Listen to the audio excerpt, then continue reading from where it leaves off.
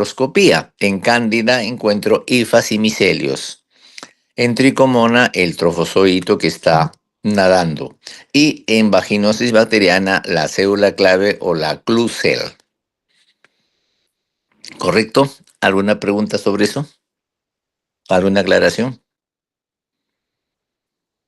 Sí, doctor. El algoritmo de cómo nosotros tenemos que pedir las pruebas, imagino que primero es por El simulación. algoritmo actual, que no sé cuál es Antonio, pero el algoritmo es primero en la cuestión clínica. O sea, clínicamente yo evalúo e inspecciono y ahí que voy a darme cuenta del tipo de secreción que tiene la paciente. ¿Está bien? Y las características. Una vulva eritematosa, alguna secreción blanquecina, sin mal olor, parece que es cándida. Si la secreción es espumosa, amarillenta, maloliente, puede ser tricomona. Y si es blanco, grisácea, como leche fluida, puede ser vaginosis. Ese es El segundo paso es el pH. Mido el pH de la excreción vaginal. pH normal, cándida, pH mayor de 4.5, puede ser tricomona o puede ser vaginosis bacteriana. Luego viene el test de aminas. Y el test de aminas para cándida es negativo. Para tricomona puede ser positivo y para vaginosis bacteriana es positivo. Y finalmente, el elemento último vendría a ser la microscopía. Es decir, le estoy pidiendo al microscopio hifas en cándida, el trofozoito en tricomonas y la célula clave en vaginosis bacteriana. Fíjense que no estoy manejando cultivo. O sea, ese es el algoritmo básico. Ya cuando tengo una candidiasis complicada o lesiones múltiples o clínicamente no lo puedo saber, recién voy a entrar al cultivo. El cultivo me va a decir en el caso de cándida qué tipo de cándida tengo. Si es cándida albicans, glabrata, subtropicales, eso. Para vaginosis bacteriana nunca se utiliza cultivo, por si acaso. Entonces, si quiero cultivo, puede ser cultivo para cándida y para tricomonas. Pero para vaginosis bacteriana nunca se usa cultivo. Ahora, las pruebas especiales ya corresponderán a otro tipo de gérmenes o otro tipo de infección. O sea, hacer el PCR, buscarle el DNA, replicación, ya juega para otros elementos. Recuerden que clínicamente la vaginitis va a traer secreción vaginal y probablemente ardores a nivel vulvar. No trae dolor. Si yo tengo secreción vaginal anormal y tengo dolor a la movilización del cuello uterino, probablemente se trate de una cervicitis. Y si es cervicitis, estoy hablando de la Guardia Civil, para que no se olviden, la GC. ¿Por qué? Porque G de gonococo y C de clamidia. Gonococo y clamidia tienen que ver con infecciones cervicales. Y si yo examino a la paciente, hay dolor a la movilización, dolor en la zona del hipogastrio y dolor en los anexos, estoy hablando de una enfermedad pélvica inflamatoria. ¿Producida por qué? Por gérmenes que han ascendido al tracto genital superior. Por eso que si en el cuello está clamidia y está gonococo, esos van a pasar a la pelvis y entonces tengo la EPI por clamidia y por gonococo. Y luego, como la vagina está repleta de anaerobios, los anaerobios pueden ascender y también me dan EPI. Por eso que cuando hablamos de EPI, ¿qué tenemos? Primer germen que causa EPI, clamidia. Segundo germen, gonococo. Tercer germen, los anaerobios. Y en base a eso trabajamos. Cándida, ¿con qué se cura o se maneja? Imidazoles, que pueden ser locales o sistémicos. Si quieren ustedes local, el clotrimazol y sistémico, el fluconazol. como primera línea. Si tengo tricomonas, la tricomona solo se mata con metronidazol, que puede ser sistémico, ¿no? 2 gramos vía oral o puede ser en gel de metronidazol. Y para la vaginosis bacteriana, que es una infección anaeróbica, voy a manejar. También puedo usar metronidazol, que es un quimioterápico antianaeróbico, o puedo manejar clindamicina, que es un antibiótico antianaeróbico. Si fuera gonococo, el gonococo, lamentablemente, si tenemos que usar la ceftriaxona. ¿Cuánto? 500 miligramos intramuscular, una sola dosis. Y si se tratase de clamidia, doxiciclina 100 miligramos mañana noche por 7 días. Y si la paciente es alérgica a doxiciclina, acitromicina 1 gramo, una sola toma. Con eso se acabó esa parte de vaginitis. ¿Correcto? ¿Otra pregunta? Sí, doctor, gracias. La segunda pregunta es, paciente de 24 años que acude a urgencia porque lleva 2 días con un flujo vaginal, que no le huele bien, es lo que menciona la paciente. La paciente no presenta pareja estable ni refiere prurito. A la exploración física observamos que no hay cambios inflamatorios, pero sí una leucorrea blanca grisácea que huele a pescado. ¿Cuál es la primera sospecha diagnóstica? A. Candidiasis vaginal. B. Vaginiosis bacteriana. C. Tricomoniasis vaginal. D. Infección por clamidia. E. Cervicitis gonocócica. ¿Y para ustedes cuál es su respuesta?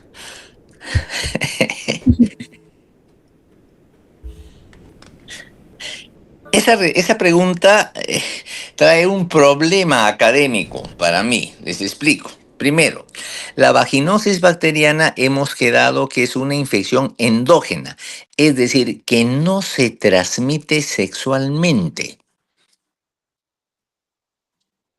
Número uno. No. Entonces, a mí me trae problema la pregunta, pues dice, pareja sexual inestable, o sea, tiene varias parejas. Si me están diciendo que tiene varias parejas, ¿en qué voy a estar pensando? En una infección de transmisión sexual. Pero el flujo que me dicen, ¿qué tipo de flujo es? Es un flujo que parece vaginosis bacteriana. Entonces, pensando como alumno, diría, me voy a dirigir solamente al flujo. Y por el flujo yo diría que es una vaginosis bacteriana, porque es una enfermedad endógena, no transmitida sexualmente, sino por una disminución de la defensa. Entonces hay que puedo pensar que en la pregunta eso de pareja inestable se lo están poniendo como un elemento que los empieza a que los quiere distraer o los quiere confundir. ¿Está bien? ¿Alguna duda? Sí, está todo claro. Correcto. La tercera pregunta es, una mujer de 55 años consulta por presentar prurito vulvar y sequedad vaginal. La paciente refiere que esos síntomas han empeorado después de la menopausia. ¿Cuál es el diagnóstico más probable? A. Vaginosis bacteriana. B. Atrofia vulvovaginal. C. Candidiasis vulvovaginal. D. Infección por herpes genital. Y E. Infección por clamidia. Atrofia. Vamos por partes. En ningún momento, me están partiendo de que es una paciente posmenopáusica. Si es una posmenopáusica, carencia de qué tiene, de estrógeno. ¿Y para qué sirve el estrógeno? Para generarme el trofismo vaginal, la humedad vaginal y el trofismo vulvar. Por lo tanto, lo que la paciente tiene es una atrofia vaginal. Ya no se usa el nombre de atrofia vaginal. Ya ahora se llama el síndrome urogenital. Y el síndrome genital se refiere a lo que antiguamente decíamos la atrofia vaginal por carencia de estrógenos. Parece que esa pregunta es antigua, pero entonces quedaremos ahí. No hay ningún negativo. Herpes no es porque en herpes vamos a tener la presencia de vesículas o de ampollas. ¿Correcto? ¿Qué más me habla? Vaginosis bacteriana Miren, la vaginosis bacteriana en una paciente posmenopáusica es muchísimo más rara. ¿Por qué? Porque el sistema vaginal, en cuanto a todos sus elementos bacterianos, están completamente modificados. No. Después ponían gonorrea, no le encontré razón para la gonorrea. Candidiasis menos, ahí queda de frente. Punto de control, siempre lo primero que veo es edad de la paciente. Y en este caso quedamos como atrofia vulvovaginal. Tratamiento, estrógenos vía vaginal. Por si acaso, en la atrofia vulvovaginal el tratamiento es local, no es sistémico. Correcto, está fácil. Pasamos a otra. ¿O alguna aclaración? Hablen, ¿ah? Todo claro, doctor. Sí, también pensábamos que era atrofia vulvar en este caso. Sigue. La 4 es paciente de 35 años con antecedentes familiares de cáncer de mama, madre diagnosticada a los 40 años, solicita orientación preventiva. ¿Qué prueba genética sería más adecuada para considerar en este caso? La A es mutación del gen TP53, la B mutación del gen HR2, y la C prueba del BRCA1 y BRCA2, la D gen BRAF y la E la prueba de P53. Ya. ¿Y quién marca ustedes? A ver. BRCA1 y BRCA2, doctor. ¿Cuál? BRCA1 y BRCA2. Correcto. BRCA1 o BRCA o BRCA1, BRCA, como quieran llamarlo, la mutación de estos genes van a generar cáncer de ovario y cáncer de mama. Entonces, eso es lo que se hace. Ya llegó al Perú, pero es muy caro, lo que se llama el despistaje genético. La paciente va y por los antecedentes de mamá o de abuela o de tía materna, se le hace, se le verifica si tiene la mutación BRCA1 o BRCA2. Si sale positivo, esa paciente definitivamente se va para el cáncer. ¿Correcto? Ahí no hay ningún problema. No se olviden que el cáncer tiene causa heredofamiliar y cuanto más edad tiene la paciente, hay más posibilidades de que desarrolle cáncer de mama. Doctor, una consulta. Dime. La tipificación esta sobre triple negativo y los otros... No, eso se refiere a cuando tú ya tienes cáncer. O sea, cuando a una paciente le diagnostican el cáncer, ¿no? Y de repente es quirúrgico, la operan, entonces a ella hay que verle los receptores. Receptores de estrógeno, de progesterona y los receptores HER2. Si la paciente tiene los receptores, eso da mejor pronóstico, porque si tengo el receptor, yo le doy tratamiento para bloquear el receptor y la paciente mejora y se cura. Cuando la paciente no tiene receptores, ¿qué cosa voy a bloquear? Entonces ahí el pronóstico es peor. Entonces, ¿qué le queda a ustedes? Cuando una paciente diagnosticada de cáncer y le ponen con triple receptor negativo, frito pescadito, esa paciente tiene un peor pronóstico. Pero me dicen, paciente con HER2 positivo, estrógeno positivo, positivo. Ah, caramba, tiene los 3 receptores positivos. Entonces voy a trabajar mi medicación contra esos receptores y la paciente mejora. A eso se refiere. Los receptores son cuando ya tengo cáncer, no cuando hago prevención de cáncer. ¿Correcto? Está bien, doctor, gracias. Ya. Sí. ¿Algo Bien. más? Sigamos porque avanza el tiempo. Sí, doctor. La 5 es una mujer de 52 años acude por notar un nódulo duro, no doloroso, en cuadrante superexterno de la mama izquierda. No tiene antecedentes familiares conocidos de cáncer. ¿Cuál de los siguientes es el siguiente paso más adecuado? A. Realizar ecografía mamaria. B. Solicitar mamografía bilateral. C. Iniciar tratamiento con tamoxifeno. D. Solicitar resonancia magnética. Y E. Biopsia excisional inmediata. Ya, vamos por partes. Para hacer tratamiento yo tengo que tener diagnóstico, que les quede ese concepto. Por lo tanto, todavía no tengo diagnóstico, entonces lo que me dicen tratamiento no tiene que ser. Para hacer una biopsia, yo tengo que tener por lo menos un diagnóstico clínico o un diagnóstico de imágenes, que tampoco lo tengo todavía, por lo tanto, la biopsia para afuera y el tratamiento para afuera. ¿Qué es lo típico y qué es lo mejor? La ecografía no me ayuda mucho. En este caso, la mamografía es el primer examen que se va a hacer en una paciente para despistaje de cáncer de mama. Obligatorio por norma peruana en todas las mujeres por encima de los 40 años. Entonces aquí la respuesta es una mamografía. Ahora, con el diagnóstico mamográfico, yo puedo ampliar mi imagen y puedo hacer una resonancia si quiero saber hasta dónde ha llegado, o mejor, puedo hacer una biopsia para saber qué tipo de cáncer tengo. Entonces recuerden ustedes que el primer examen de imágenes es la mamografía. Los otros de segunda línea, si ustedes quieren, viene a ser la tomografía, viene a ser la resonancia magnética y en la parte de esto excisional, la biopsia viene a ser de segunda línea, nunca de primera línea. Listo, con eso quedamos ahí. Doctor, ¿y el Sí, uso de ultrasonido, en qué paciente se recomienda o no está recomendado como primera línea? no, Porque lo que pasa que la cosa es la siguiente. En pacientes menores 28 años, 30 años, 32 años, en esas pacientes no se hace mamografía. Ahí se hace la ecografía. Doctor, pero si tengo una paciente que tiene 32 años y yo clínicamente le encuentro que puede ser un cáncer, en ese caso, frente a la sospecha, es que yo voy a hacerle mamografía. Pero no es que a las pacientes menores de 40 años les voy a hacer mamografía.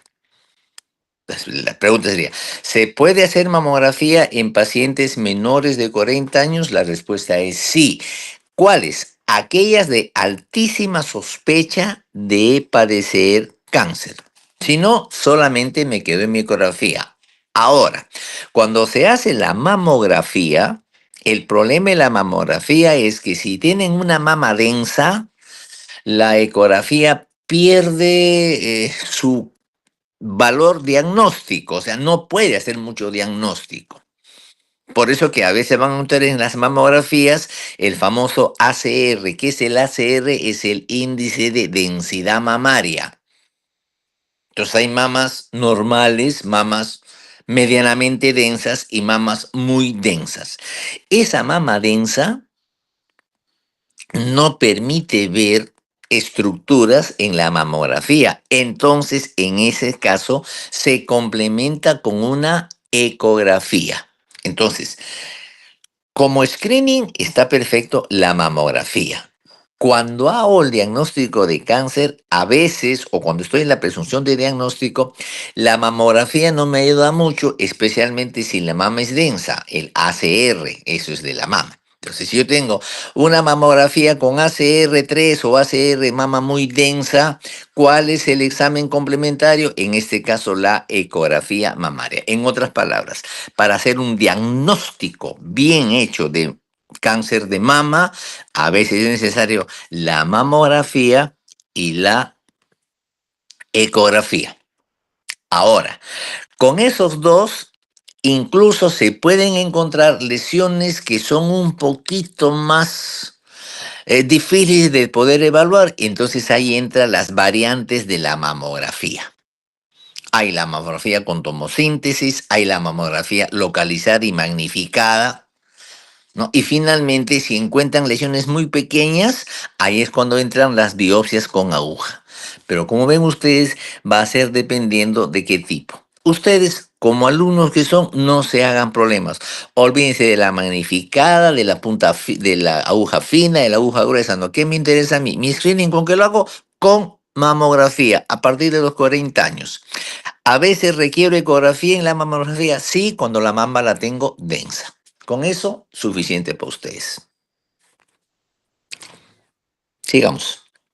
doctor, una consulta. Entonces, luego de las imágenes, según la clasificación BIRATS, ¿cada cuánto tiempo se hace el seguimiento dependiendo del resultado? La mamografía, si es un BIRATS 1 o un BIRATS 2, según la norma, cada 2 años, no cada año. Ese es el problema que yo tengo a veces con algunas universidades, ¿no? Que todavía siguen manejando los conceptos antiguos cuando las normas van cambiando. Entonces, ahora la mamografía, BIRATS 0, ¿qué significa? Que esa paciente tiene que hacerle más estudios. BIRATS 1, todo está normal. Y si todo está normal, ¿cuál es el problema? Hazle cada 2 años. BIRATS 2 no es benigno. Las lesiones que tienen son lesiones benignas. Tiene fibroma, tiene un adenoma. No hay ningún problema cada 2 años. El BIRATS 3, BIRATS 4 y BIRATS 5, dependiendo de las lesiones, ahí habrá que usarse. O hacemos ecografía o hacemos unas variantes de la mamografía, ¿no? O hacemos biopsia. Entonces, por ejemplo, para el BIRRA 3, BIRRA 4, BIRRA 5, no tenemos, digamos, a los 3 meses, a los 6 meses, sino sencillamente ahí lo que tenemos que hacer es definir exactamente el diagnóstico. Yo no me puedo quedar, o sea, el BIRRA 2 bestial, 1 y 2 bestial, ya sé que no hay nada malo. BIRRA 3 potencialmente maligno. ¿Qué voy a hacer, señor, en 2 años? No. Entonces, mejor aclarar el diagnóstico. Yo no sé qué les habrán dicho en su teoría, ¿no? Pero básicamente la idea es, paciente normal o BIRRA 1 o 2, cada 2 años. BIRRA 3, BIRRA 4 tendrá que entrar a estudio y ya lo manejan los especialistas. Así es. Sigamos. Ok, doctor. La 6 dice, en una paciente con cáncer de mama con receptores hormonales positivos y HER2 negativo, ¿cuál es el tratamiento adyuvante más indicado? A, tamoxifeno o inhibidores de la aromatasa. B, quimioterapia con antraciclinas únicamente. C, radioterapia exclusivamente. D, inmunoterapia. Y E, trastuzumab. Ya. Ven ustedes lo que decíamos, ¿no? El Transunovan es especialmente para HER2. Pero esta paciente que tiene HER2 negativo, por lo tanto, el Transunoman no le sirve. Si fuera HER2 positivo, el Transunoman justo me bloquea el HER2. La opción número 1, ¿qué me dice? El tamoxifeno. ¿Qué es el tamoxifeno? Un antiestrógeno. Entonces, como esta paciente tiene de los receptores negativo el HER2, no el Transunoman, entonces manejo los otros dos receptores. La A que te ponía esto, Tamoxifeno tamoxifeno. o inhibidores de la aromatasa. Así es, porque los inhibidores de aromatasa que lo hacen me bloquean la formación de estrógenos, que sería lo ideal en esta paciente.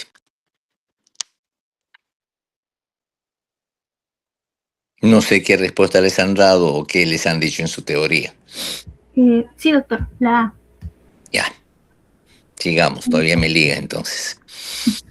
7. Paciente de 24 años acude al servicio de urgencias con fiebre, dolor abdominal bajo bilateral, flujo vaginal, puerperio y dolor a la movilización cervical. ¿Puerperio? No, perdón, purulento, he leído mal, perdón. Ah, ya, ¿qué gusta puerperio? Decía yo, ya. Ya, el paciente de 24 años acude al servicio de urgencias con fiebre, dolor abdominal bajo bilateral, flujo vaginal purulento y dolor a la movilización cervical. No tiene antecedentes quirúrgicos ni uso de DIU. ¿Cuál es el diagnóstico más probable? A, enfermedad pélvica inflamatoria. B, embarazo ectópico. C, quiste de ovario a pedículo torcido. D, endometriosis. Y E, apendicitis aguda. Vamos por partes, ¿no? Recordemos a la enfermedad del dolor, dolor abdominal bajo, dolor a la movilización del cervix, dolor en zona anexial, eso es igual a enfermedad pélvica inflamatoria. Diferente de la enfermedad del dis. Paciente con dismenorrea, paciente con dispareunia, paciente con disquexia y alteraciones para la fertilidad, esa es una endometriosis. Si fuera un quiste a pedículo torcido, tendría que ser dolor y masa anexial en un solo lado. Y aquí me dicen dolor bilateral. Entonces, por el dolor, no, lo sacamos que es una enfermedad pélvica inflamatoria. Ahora bien, otros clasifican como síntomas mayores y síntomas menores. Los síntomas mayores son los del dolor. Toda paciente con EPI tiene el dolor anexial, dolor a la molestación del cervix y dolor en hipogastrio. Todas. Y complementamos el diagnóstico con los signos menores o criterios menores, que pueden ser flujo vaginal anormal, que puede ser fiebre, que puede ser leucocitosis, que puede ser a la ecografía masas bilaterales anexiales, o sea, otro tipo de sintomatología. Pero para hacer mi patrón de EPI, primero es una paciente en edad fértil que tiene que tener actividad sexual. Segundo, lo típico, los 3 dolores. Y los criterios menores, en este caso tiene fiebre, malestar general, secreción vaginal anormal, le toman el hemograma, me sale un hemograma con leucocitosis y bastones y aumento de segmentados. Eso es secundario. En este caso es una paciente enfermedad pélvica inflamatoria. ¿Está bien? ¿Alguna pregunta ahí? Sí, doctor, tenía una duda. Doctor, A ver, ya ahí lo voy a cobrar a él, a ustedes no a él, pues pregunta. A ver, dime. Sí, doctor, la EPI puede llevar también a la infertilidad, ¿verdad? Por supuesto, por supuesto. ¿Qué es la enfermedad inflamatoria pélvica? ¿Qué cosa es? Es la continuación de una enfermedad de transmisión sexual generalmente no curada o mal curada. Tengo clamidia y tengo gonorrea en el cuello uterino. No me la curo. ¿Qué va a pasar? Estos gérmenes ascienden y se van a endometrio y me generan una endometritis. Por eso que las pacientes, cuando uno les pregunta, dice, ¿y cómo era su menstruación antes, señora? Ay, hace 2 meses molía feo. ¿Y por qué olía feo? Porque teníamos una endometritis. Y del endometrio los gérmenes siguen y se van a trompa. Y me hacen una salpingitis. Y de la trompa salen a cavidad pélvica, cogen peritoneum pélvico y ahí tengo pues la enfermedad pélvica inflamatoria. La clamidia básicamente daña el epitelio de la trompa. Me destroza las microbiosidades del epitelio de trompa y me facilita la formación de fibrosis, lo que hace que la trompa se obstruya. Y eso me va a generar la infertilidad. O sea, la infertilidad en EPI básicamente es por daño de trompa. Sin embargo, la clamidia es muy agresiva, ¿no? Entonces, normalmente la mayoría se queda en EPI, que es enfermedad inflamatoria, que toda la pelvis inflamada, peritoneo inflamado, con bridas y adherencias. La clamidia puede avanzar y puede meterse al hipocondrio derecho y va a coger la cápsula de Gleason y origina lo que se llama una perihepatitis. Y entonces la paciente llega a la emergencia con dolor en hipocondrio derecho intenso. Y todo el mundo piensa que se trata de una colecistitis, de un problema vesícula o hepático, y lo que se trata es una perihepatitis por clamidia. Raro, pero se presenta y se puede dar. Digamos, esa es una variante de lo que sería la enfermedad pélvica inflamatoria, porque en este caso ya no es pélvica, sino que se ha subido al hipocondrio derecho. Eso es lo que puede la clamidia. Entonces, ¿qué quiere ese concepto? Toda EPI es una infección del tracto genital inferior que ha ascendido, ha subido al tracto genital superior, ¿no? Y el límite entre genital superior e inferior es el orificio cervical interno. Toda infección de el orificio cervical interno hacia abajo es una infección genital baja o no complicada. Toda infección que supera o que está por encima del orificio cervical interno es una infección alta o una infección complicada. La EPI, ven ustedes, es una infección complicada. Ojo, la EPI es un proceso inflamatorio, por lo tanto, yo le doy tratamiento a la paciente para poder mitigar el proceso inflamatorio infeccioso, porque si le doy tratamiento, como es un proceso que está intrapélvico, puede generar sepsis y muerte. En otras palabras, yo trato la EPI para evitar la muerte de la paciente. Ahora, al dar el tratamiento para evitar la muerte de la paciente, de paso estoy evitando que la infección prosiga y eso me mejore la trompa. Entonces estoy mejorando la posibilidad de fertilidad. Hay preguntas donde pones, ¿el tratamiento de epicidad para impedir la infertilidad? No, yo no doy tratamiento para impedir infertilidad. Yo doy tratamiento para evitar que la paciente desarrolle sepsis y se muera. Que recuerden eso porque hay preguntas que les plantean esa cosa, ¿ya? Sigamos. ¿Qué más? Sí, doctor. La 8 dice, una paciente de 24 años de edad con diagnóstico clínico de EPI leve moderada es manejada ambulatoriamente. No tiene alergias conocidas. ¿Cuál es el esquema antibiótico recomendado? A, amoxicilina más ácido clavulánico. B, doxiciclina más metronidazol más ceftriaxona. C, acitromicina más ciprofloxacino. D, clindamicina más gentamicina. Y E, clorafenicol. Ya, bueno, en mi época se daba cloranfenicol. Estamos hablando del año 90. Explicando. ¿Qué produce la clamidia en el Perú? Perdón, ¿qué produce la EPI en el Perú? Clamidia, gonococo y anaerobios. Por lo tanto, mi tratamiento tiene que estar dirigido a los tres gérmenes. ¿Con qué mato clamidia? Con doxiciclina. ¿Con qué mato gonococo? Con ceftriaxona. ¿Y con qué mato anaerobios? Con metronidazol. Entonces, ahí tienen ustedes la respuesta.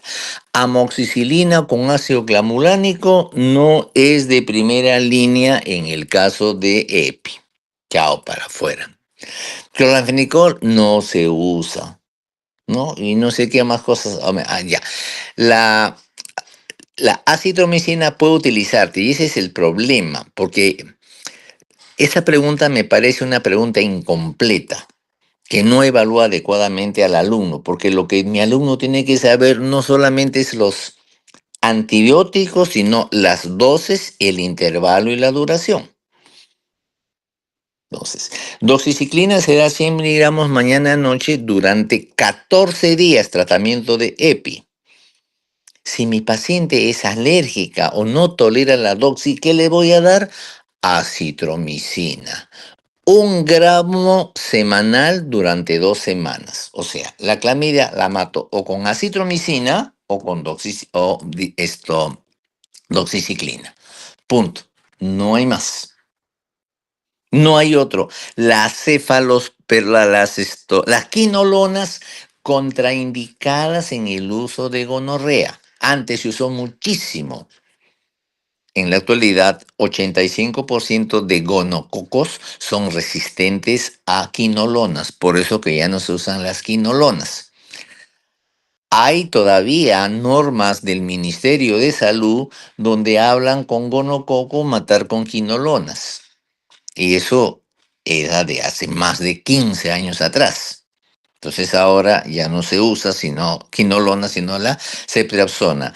Y para el caso de los anaerobios, se usa el metronidazol, pero la alternativa al metronidazol es clindamicina. Entonces, ¿cuáles son mis esquemas para manejar EPI? Son doxiciclina, ceftriaxona y metronidazol. O la alternativa que puede ser acitromicina, ceftriaxona, clindamicina. Pero el primero, por cuestiones de costos, es que usa el Ministerio de Salud y que se usa universalmente. 14 días de doxiciclina, 14 días de metronidazol y una sola dosis de ceftriaxona. Eso que quede bien claro. Ceftriaxona no se da 7 días ni 14. Con una sola dosis es suficiente para el gonococo. ¿Correcto? Sigamos. Sí, doctor.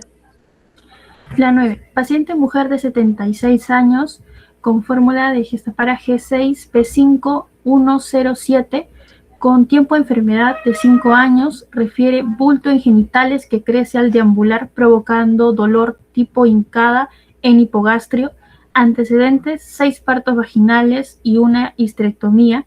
Al examen tiene un IMC de 34.1, abdomen plano depresible, genitales tumoración de 5x4 que emerge por vulva.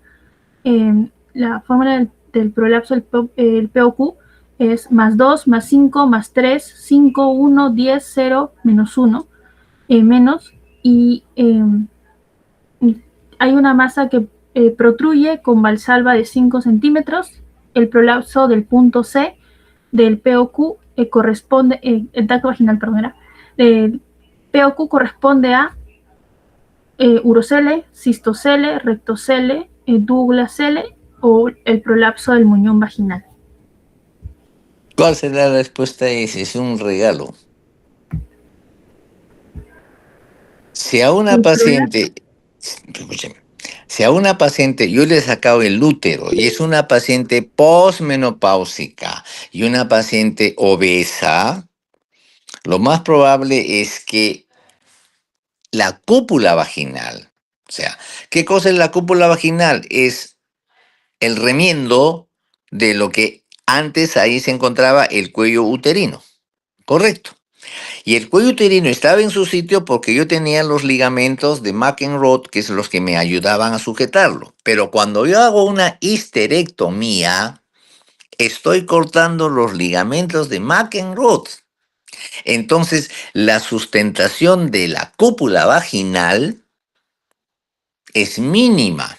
Y con el tiempo, esa paciente, entre comillas, se vuelve a prolapsar. Pero no es un prolapso de vejiga, no es un prolapso de recto, no es un prolapso de Douglas, ese es un prolapso de cúpula vaginal. La respuesta ahí es un prolapso de cúpula vaginal. ¿Qué cosa es el punto C? El punto C es la unión de la pared vaginal anterior con el cérvix. Y en una paciente que ha sido histerectomizada, se obvia el punto C. Yo no sé por qué le han puesto el punto C ahí. Porque la otra pregunta que siempre hacen a veces es, en un POPSQ, en la fórmula del POPSQ, no se ha, o se ha omitido el punto C. ¿A qué tipo de paciente corresponde? A una paciente histerectomizada. Porque el punto C es cuello con vagina. Si no hay cuello, ¿cómo voy a medir yo el punto C? Este caso corresponde a un prolapso de cúpula vaginal. O no sé qué les han dicho sus profesores de POPSQ. Sí, doctor. Nos dijeron también, cúpula vaginal o muñón vaginal. Ya. ¿Qué más? ¿Se acabó? No. La 10 menciona paciente mujer de 76 años con Gestapara de G6 P5107 con tiempo de enfermedad de 5 años. Refiere bulto de genitales que crece al deambular provocando dolor tipo hincada en hipogastrio. Antecedentes 5 partos vaginales y una cesárea. Al examen tiene un IMC de 34.1, abdomen blando depresible, genitales, tumoración de 5.4 que emerge con una que emerge por vulva. El top Q más 2 más 5 más 3, 5, 1, 10, 0, menos 1, más 1, el tacto vaginal, cervix de 1 centímetro, útero de 5 centímetros, no masas anexiales. El grado de prolapso de la paciente es A grado 1. Espérate. No te he captado. ¿Puedes mandarme, puedes decirme nuevamente su calificación POPSQ? Sí, doctor. Más 2, más 5, más 3, 5, 1, 10. ¿Así les han puesto? Sí, doctor. Es que está mal. Es que está mal. Así no se establece POPSQ. Yo tengo que establecer mi POPSQ hablando de los puntos. O sea, por lo que tú me estás contando, yo estoy asumiendo, pero no es una norma, de que las tres primeras que me dicen es de pared anterior y las tres últimas es de pared posterior. No lo sé. O si me estás diciendo primero de pared anterior, luego pared posterior, pared posterior. Cuando uno quiere establecer y hace la pregunta, dice, el AA se encuentra a -2, el AP a tanto, el BA a tanto, el BP a tanto, el C a tanto y el D a tanto. Cuando yo tengo eso, sí me establece. Pero tú me das a mí, yo no sé si les he enseñado, depende de ustedes, las tres primeras a qué corresponde. ¿A pared vaginal anterior, o sea, el punto A, el punto B y el punto C anterior? No lo sé, por eso me bloqueas. ¿Me entiendes? O sea, todo POPSQ se hace con referencia a los puntos. El punto A anterior, el A posterior, B posterior, el punto C y el punto D. Para yo saber el punto D, tengo que tener la longitud vaginal total, porque la longitud vaginal total es igual al punto D. Y si yo sé el punto D, saco el punto C, porque el punto C siempre es 2 centímetros menos que el punto D. Por ejemplo, me dicen a mí, paciente cuya longitud vaginal total es de 8. Entonces digo, el punto D vale 8. Y el punto C, que sé que es 2 centímetros menos, 8 menos 2, 6. Entonces yo ya sé que en esta paciente el punto C vale 6 y el punto D vale 8. ¿Cómo lo sé? Por el dato que me han dado de longitud vaginal total. Segundo, yo sé que anatómicamente el punto A anterior está 3 centímetros antes del himen, o sea, en -3. Y el punto A posterior también está a 3 centímetros antes del himen, o sea, en -3. Entonces, miren, yo voy sacando. Cuando tú me dices los valores, los tres valores, yo no sé cómo han quedado ustedes en su teoría. Esos puntuaciones que me dices, ¿a qué punto se refieren? ¿A los tres anteriores? No lo sé, por eso no me ubico en tu pregunta. Pero dímela nuevamente, pues la voy a sacar por otro sistema. Dímela. ¿Cómo era? La fórmula nomás, dime la fórmula. Más 2, más 5, más 3, 5, 1, 10, 0, -1 y +1. ¿10 te han puesto de fórmula? Sí, es un puesto. Bueno, ahí sí no les puedo ayudar primero porque lo que sí me interesa, cuando uno hace POPSQ y hace la valoración de los puntos, el único punto que da el grado de prolapso es el punto que más sale. Y según lo que tú me dices, ahí tengo un +5, ¿no? Porque el himen es el punto 0. Todo lo que sale del himen hacia afuera se hace en positivo. Y del himen hacia adentro se hace en negativo. Si yo tengo prolapso, entonces yo tengo que salen fuera del himen. Y de todos los puntos que me dices, me estás hablando de un +5. Correcto, porque no hay +3 y +5, creo. Sí, Héctor, +5 es el punto más alto. Entonces, sí. Ahora, el problema es para saber si es grado 0, 1, 2, 3 o 4, va a depender de algunas cosas. Número 1, cuando grado 0 es todos los puntos están en su sitio, no hay prolapso. El grado 1 o estadio 1 es cuando cualquier punto sale hasta antes de -1, o sea, hasta antes de 1 centímetro del himen. Ese es el estadio 1. El estadio 2 es cualquier punto que sale y está entre 1 centímetro antes del himen y 1 centímetro después del himen. o sea, entre -1 y +1, lo que se ha llamado el territorio himenial. Entonces, el estadio 1 no llega a territorio himenial. El estadio 2 está en territorio himenial. Estadio 3 y estadio 4, yo necesito tener la longitud vaginal. ¿Por qué? Porque les he dicho, si yo sé la longitud vaginal, estoy calculando el punto D y estoy calculando el punto C. No, dije, longitud vaginal es igual al punto D. Y el punto C es el punto D menos 2 centímetros. Para el estadio 3 y para el estadio 4, el cálculo se hace con el valor del punto C. ¿Cuándo digo que es un estadio 3? Si cualquier punto sale una distancia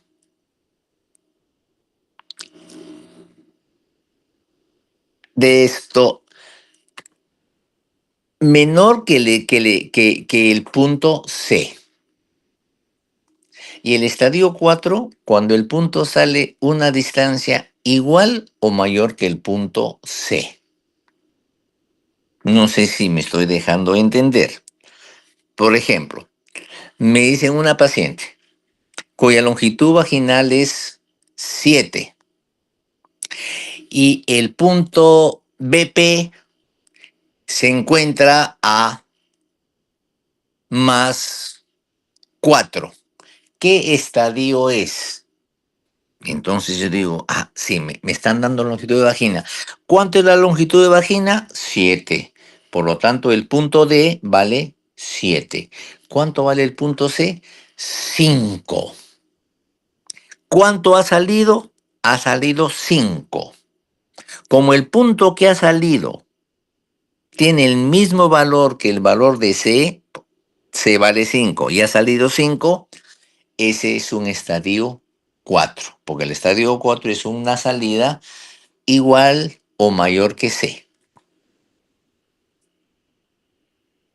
No, esa es la norma básica de hacer el post-Q, por eso me llama la atención. No sé cómo les he enseñado a ustedes en su teoría, pero todos los puntos vienen con su respectivo localización, el punto A, el punto B, el punto C. Entonces, cuando me lo plantean ahí, salvo que ustedes les hayan dicho que la secuencia de uno y otro va de A B, a C, no lo sé. ¿Qué les han dicho en teoría? Porque por eso no, yo no los quiero confundir, ¿no?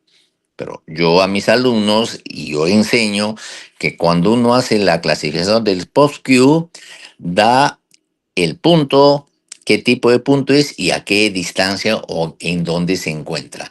El AP se encuentra a +3, el AA se encuentra en +1 y así sucesivamente. Pero como ustedes me lo plantean, no sé, ahora, solamente por la salida tendría el punto 5. Ahora, yo no sé si el punto 5 corresponde a un estadio 3 o a un estadio 4. ¿De qué va a depender eso? De la longitud vaginal total. ¿Les han dicho la longitud vaginal total? ¿O está ahí? ¿O cómo les avisan a ustedes que han medido la longitud vaginal total? En la pregunta. En la pregunta no dice el dato de la longitud vaginal total. Y entonces, ¿cómo puedo hacer? O sea, si no tengo longitud vaginal total, tendría que ser grado 1 o grado 2, pero el grado 1 y grado 2 está en -1, entre +1 y -1, y acá tengo un +5. Entonces, yo no sé si es un estadio 3 o un estadio 4, porque no tengo la longitud vaginal total. Entonces, lamentablemente, en esta pregunta no los puedo ayudar, muchachos, porque no sé cómo está haciendo la nomenclatura o de dónde han sacado esa pregunta. ¿O se la han dado de bancos anteriores de San Marcos? No lo sé. Sí, es anterior. Sí, doctor. Bueno, yo lo que te diría es un mal enunciado de pregunta. No te la puedo responder porque desconozco cómo hacen esa nomenclatura ellos. Y les voy a decir que en mi hospital tenemos gente de piso pélvico. La doctora Yanina, la doctora Bueno, Yanina que les enseña a ustedes, ella ha hecho piso pélvico en Argentina. Y ella fue la que me enseñó piso pélvico a mí, con lo que les estoy enseñando a ustedes, ¿no? Y 3 doctoras más han hecho ser específicamente piso pélvico. Y se establece la nomenclatura como le estoy diciendo. Cada punto va con su respectiva orientación. Pero así en blanco, decirlos el 3 más 2 más 1 desconozco. Pero de lo que sí les puedo decir de todo esto, que si es un estadio, si es un más 5 o es un 3 o es un 4, de qué va a depender de la longitud vaginal total. ¿Hay algún número grande que te han dicho que no es negativo? A ver, repíteme nuevamente tus números, a ver. Sí, doctor. Más 2, más 5, más 3, 5, 1, 10, 0, menos 1 y más 1. 0, 10. Ya, voy a asumir que la vagina grandacia es una gran vagina de 10. O sea, si el punto D es igual a la longitud vaginal, entonces el punto D ¿cuánto vale? 10. ¿Cuánto vale el punto C? 8. ¿Cuánto ha salido? 5. Y 5 es menor que 8, por lo tanto, eso vendría a ser un estadio 3. De acuerdo a lo que yo sé. No quiero confundirlos, pero básicamente eso es, ¿no? Entonces, recapitulando para que ustedes se acuerden. Himen es el punto 0, porque ahí comienza la vagina. A 3 centímetros del himen se encuentra en la pared anterior el punto AA, A anterior, o sea, menos 3. Y en la pared vaginal posterior, a 3 centímetros antes del himen, menos 3, se encuentra el punto AP. Me voy al fondo. El punto C de cervix, para que no se olviden, es el punto de unión de pared vaginal anterior con el cervix. Y el punto D es el punto más profundo que corresponde a la pared vaginal posterior, lo que sería el fondo de saco de Douglas. ¿De qué depende el valor de D y de C? De la longitud vaginal total. Repito, el punto D es igual a la longitud vaginal total. Y el punto C es igual al punto D menos 2. Siempre, eso es. Como ven ustedes, estoy trabajando punto A, punto C y punto D. Los puntos B, para términos de ustedes como estudiantes de quinto grado, del último año, no les interesa. No se preocupen por el punto B. Correcto. Ahora, el segundo elemento que me interesa es que el famoso territorio himenial, que es un territorio que está desde 1 centímetro antes del himen, menos 1, a 1 centímetro después del himen, más 1. A todo ese territorio de menos 1 a más 1 se le llama el territorio himenial. Punto. En base a eso, hago mi clasificación de estadio. Todos los puntos en su sitio no prolapso, estadio 0.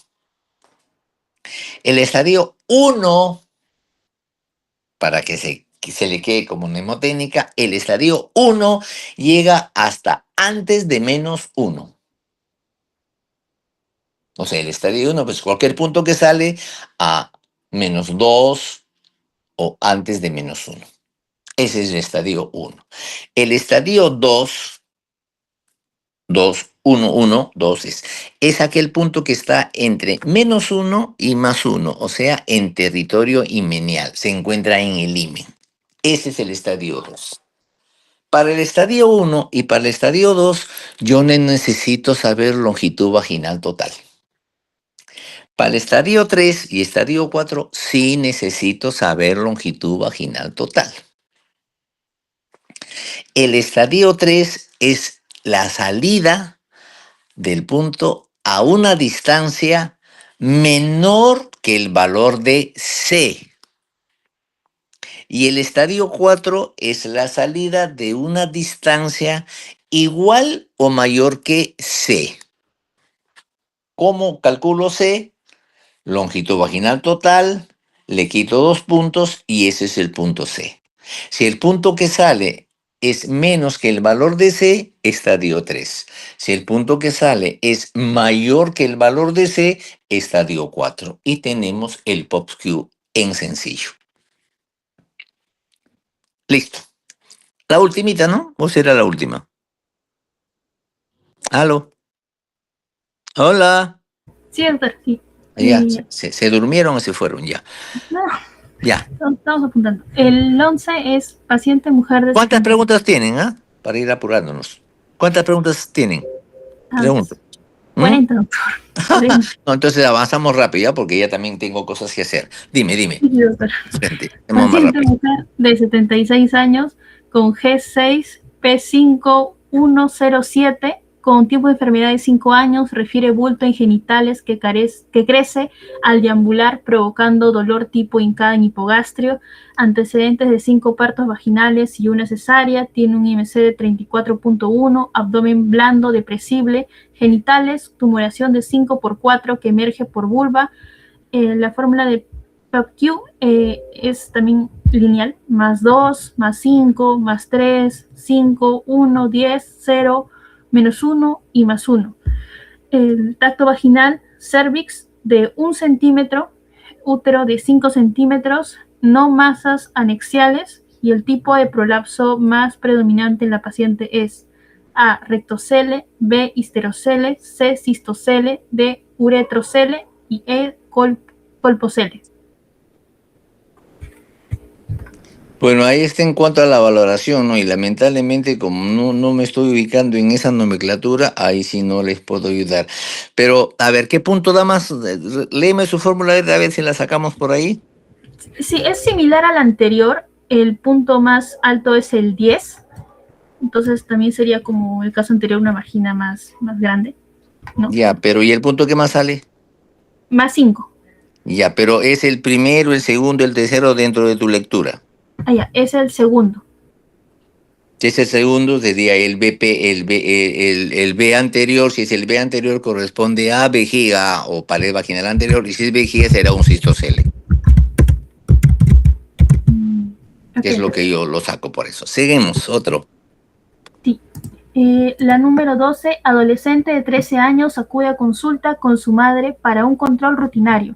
No ha iniciado relaciones sexuales. Su madre pregunta por la vacuna contra el virus de papiloma humano. ¿Cuál de las siguientes afirmaciones es correcta respecto a la vacunación contra el VPH en esta paciente? A. No es necesario vacunarla si no tiene antecedentes familiares de cáncer. B. La vacunación debe administrarse solo después del inicio de la actividad sexual. C. La vacuna es efectiva solo hasta los 12 años, después ya no tiene beneficio. D. La vacunación es parte de la prevención primaria y debe aplicarse idealmente antes del inicio de las relaciones sexuales. E. La vacuna no protege contra los tipos de VPH asociado al cáncer. La penúltima, ¿no? Actualmente es parte del esquema de vacunación, ¿no? El Ministerio de Salud gratuitamente debe vacunar a las menores, ¿no? Con 2 dosis para ellas es suficiente, en adultas son 3 dosis. Si la paciente no está en el colegio, mayor de 14 años, tendrá que usar su plata para vacunarse. Actualmente tenemos la vacuna, la nonovalente, que va a ir contra la cepa 6 y 11 que produce la verruga genital y contra la 16, 18, 31, 33, 35, 43 y 55 que son las que producen cáncer de cuello uterino. Sigamos. 7. La 13. Paciente mujer de 34 años acude por primera vez a realizarse Papanicolau. No presenta síntomas, ha tenido varias parejas sexuales. ¿Cuál es la conducta médica más adecuada en relación con el tamizaje de cáncer de cuello uterino en esta paciente? A. Repetir el Papanicolau cada 6 meses de por vida.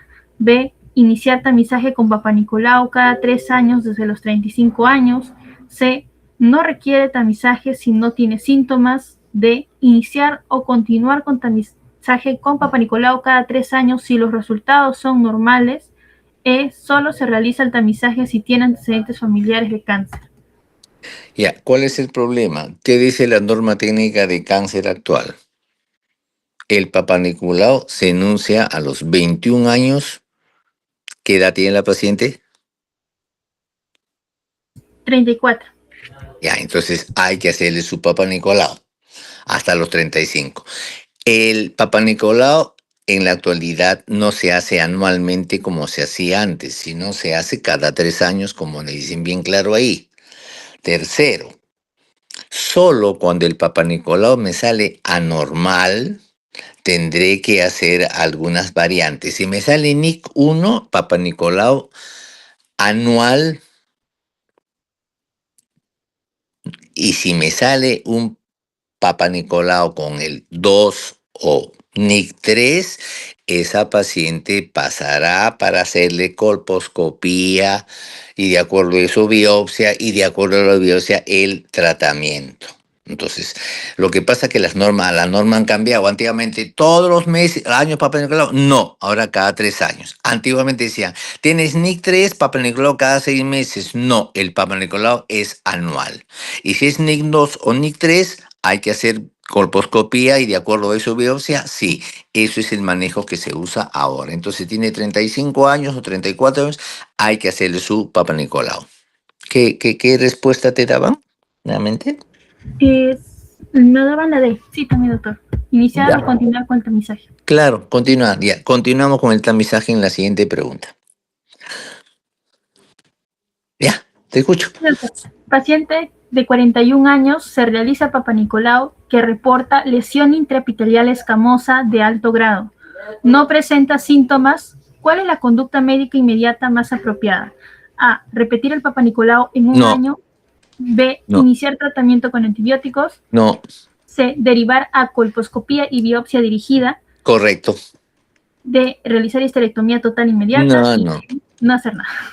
Ya te he dicho, lesión, o sea, NIC 1 es lesión de bajo grado, NIC 2, NIC 3 de alto grado. ¿Qué hago con NIC 1? Control anual de PAP.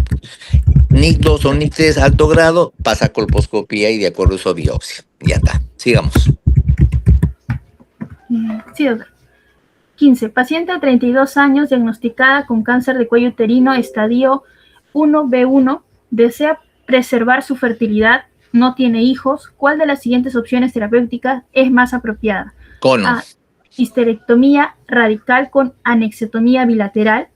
B. Quimioterapia y radioterapia concomitante. C. Conización simple sin seguimiento posterior. D. Traquelectomía radical con preservación de útero sin cumple criterios. Y E. No puede conservar la fertilidad bajo ninguna circunstancia. Si es estadio 1 está localizado y 1B1 te ponen, ¿no? O sea, de 3 milímetros. Esa paciente sencillamente con un cono es suficiente. No hay que hacer ni traquelo, nada, son un cono. Nada más ahí entraría como cono, que creo que es la segunda, ¿no? La tercera, doctor. La tercera ya, ahí es la respuesta. La Sigamos. 16 dice, marque lo verdadero respecto a endometriosis. A. Existe localización extrapélvica hasta un 12%. B. Solo existe localización intrapélvica. C. La localización intrapélvica más frecuente es en el fondo de saco de Douglas.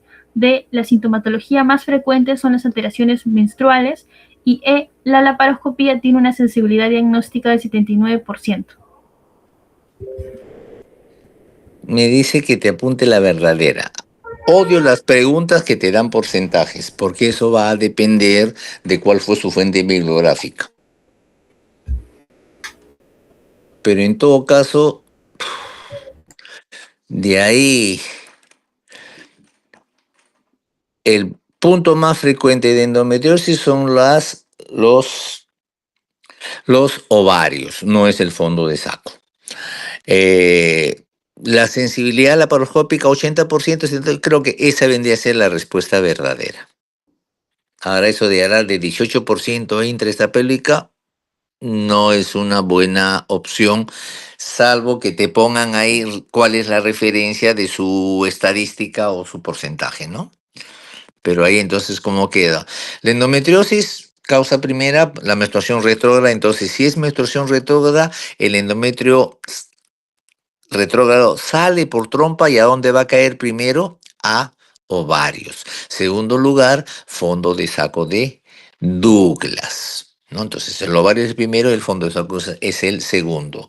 Y definitivamente todavía sigue siendo el gol estándar de diagnóstico la laparoscopía, que me da un 80, yo creo que sí. Yo me quedaría con esa. No, los demás no me dan mucha esto. ¿Qué respuesta les han dado ahí ustedes? Ahí, doctor, nos pusieron la A. ¿Qué? Existe localización extrapélvica hasta en un 12%. Pero Desconozco de dónde salió ese 12%, madre. sí, sí. ¿Ya? Entonces, por eso yo lo dejaría ahí en... Si les han dicho es en teoría, ese dato en teoría, ni modo, úsenlo. Si no, te mentiría. No podría saber el porcentaje exacto. Sigamos. 17. El síntoma cardinal o clave presente durante la etapa del climaterio es el siguiente. Escoja la correcta. A. Síndrome genitourinario en menopausia. B. Bochornos. C. Síntoma depresivo. D. Osteoporosis. Y E. Insomnio. El síntoma te dicen, ¿no? Sí. Bueno, acá tendría que ser bochornos. Porque Bueno, el primer síntoma son alteraciones de la menstruación. Luego, como tengo deficiencia estrogénica y falla hipotalámica para regular temperatura, entonces tengo los bochornos. Me quedaría con bochornos. Porque el resto no juega. ¿Ya? ya, doctor. Siguiente. La 18. Respecto a endometriosis, marque lo verdadero. A. La ultrasonografía o resonancia magnética normal excluye el diagnóstico de endometriosis. B. Si el examen clínico es normal, no es necesario complementar con una eco transvaginal. C. La resonancia magnética debe usarse como primera línea de estudio de endometriosis. D. La ultrasonografía rectal no aporta en el diagnóstico de endometriosis. Y E. Es una enfermedad aguda, benigna y no progresiva. A ver, la verdadera, ¿no? Ya, Sí. Repíteme la primera, a ver. Ultrasonografía o resonancia normal excluye el diagnóstico de endometriosis. Ya. Y la segunda, Si el examen clínico es normal, no es necesario complementarlo con una eco no, transvaginal. mentira. Me quedo con la primera. Clínicamente yo pongo toda una paciente y tiene endometriosis y no tiene ningún tipo de síntomas. La transrectal me ayuda porque me permite ver fácilmente las lesiones que están en el tabique rectovaginal, ¿no? Ahora, la resonancia magnética que hace. Le hago resonancia magnética a una paciente y no le encuentro focos endometriósicos en ninguna parte. ¿Qué estoy haciendo? Estoy excluyendo el diagnóstico. El problema que ahí me ponen resonancia magnética y ecografía, ¿no? Sí, hay dos claves de resonancia. La primera es ultrasonografía y resonancia normal, excluye el diagnóstico. Y la C dice resonancia debe usarse como primera línea de estudio. No, la resonancia nunca se usa como primera línea. La resonancia básicamente me va a dar el diagnóstico de endometriosis profunda. Yo puedo entrar con laparoscopio y de pronto puedo encontrar algunas endometriosis y no puedo ver las profundas. La resonancia magnética me permite establecer las endometriosis profundas. Por esa razón, la resonancia me dice, ¿tienes endometriosis o no tienes endometriosis? Me excluye el diagnóstico, ¿me entienden? Ahora, si le hago resonancia a mi paciente, me dice, ¿tienes o no tienes endometriosis? Estoy excluyendo el diagnóstico, perfecto. Pero la ecografía no. Yo en ecografía puedo encontrar endometriosis, pero puede haber algunos focos endometriósicos que están en intestino, que están pegados en la parte alta y que no los puedo ver por ecografía transvaginal o pélvica, entonces la ecografía no me excluye la endometriosis. La resonancia magnética sí. Entonces, la A entonces no sería verdadera. El hecho de que no haya sintomatología no me excluye la endometriosis, ¿no? ¿Qué más había ahí? La rectal sí se usa, tiene valor. La resonancia magnética no es de primera línea Allá puesto en primera línea también sería falso y me están pidiendo la verdadera. ¿Qué verdadera le han marcado ustedes? Ahí. Nos dijeron que era la C, que la resonancia magnética debe usarse como primera línea de estudio No, de no, endometriosis. no, no, no, no, no, y no. No, hija, no, no. Como te digo, la resonancia magnética, como yo le dije cuando comenzamos en la parte diagnóstica, yo hago mis exámenes de imágenes y voy yendo progresivamente avanzando. O le pido ecografía, o le pido tomografía, o le pido resonancia magnética. Pero no de frente no voy a la resonancia magnética. ¿No? Ahora, como te digo, la resonancia no es la primera línea. La primera línea de descarte, de despiste, de tamizaje es la ecografía. Entonces, yo en ecografía encuentro endometriosis y quiero tener mayor profundidad del diagnóstico, más exactitud, resonancia magnética. O encontré endometriosis y digo, oye, ¿sabes qué? Voy a entrar a operarte. Como quiero entrar a operarte para tener la seguridad y la certeza completa, voy a usar resonancia magnética. Les pongo el ejemplo bien sencillo. ¿Cuál es el primer examen para descartar cáncer de cuello uterino? Papá Nicolau, ¿verdad? Sí, el PAP. Cuando yo hago mi Papá Nicolau y me parece dudoso mal, ¿qué hago para el diagnóstico final? Biopsia. Entonces, decirme que la resonancia magnética es el primer examen para descartar endometriosis, es decirme que para hacer diagnóstico de cáncer de cuello uterino, el primer examen es la biopsia de cuello uterino. La resonancia no es de primera línea, ¿no? Salvo que estemos en un estadio en un sistema de salud de primer mundo, tenemos tanta plata, entonces pienso que tengo endometriosis, hágase resonancia magnética. Nadie hace eso. Primero es la ecografía y el segundo paso es la resonancia magnética. Ese es mi valoración y lo que como valoramos nosotros. Pero si en teoría les han dicho eso, entonces usen la teoría para que no se enoje su profesor. Sigamos, hija, porque ya me quedan 10 minutos. Sí, doctor, sí. 19, paciente de 47 años, tres gestaciones, P2012, con PAP reportada con lesión de alto grado y con colposcopía y biopsia reportada como cervicitis. ¿Cuál sería el procedimiento preferible a realizar? A, citología en base líquida, B, conofrío, C, crioterapia, D, conolip y E, cauterización amplia del cervix. Ya, la primera, ¿qué fue lo que le hicieron, dice? Citología en base líquida. No. En la pregunta, Ah, tiene un PAP reportado con lesión de alto grado y ya. con colposcopía. PAP de alto grado y colposcopía, nada más, no tiene nada No, más. colposcopía y biopsia reportada como cervicitis. Ya. ¿Quién manda ahí? La- Ojo, el diagnóstico de cáncer es diagnóstico histopatológico, biopsia. Si yo tengo PAP, colposcopía y biopsia, ¿quién tiene más valor? La la biopsia. biopsia. Por lo tanto, ¿qué me dice la biopsia en esta paciente? Inflamación. ¿Qué voy a hacer para la inflamación? La voy a operar, le voy a hacer nada de eso. Entonces, ¿cuál tendría que ser mi respuesta? Sí. Paciente, en otras palabras, toda esa pregunta se convierte en paciente con cervicitis. ¿Cuál es el manejo? ¿Qué hacemos en una cervicitis? Dame tus alternativas. ¿Ah? Conolip. ¿Por qué vas? Pero si es inflamación, ¿por qué? ¿Cuándo haces cono? Les estoy diciendo bien claro. El cono me lo hacen cuando tienen lesión de alto grado. NIC 2 o NIC 3. ¿Tiene NIC 2? No. ¿Tiene ninguno? No. Tiene inflamación. Y para una inflamación, si quieren, denle tratamiento médico o déjenlo. No se hace nada más.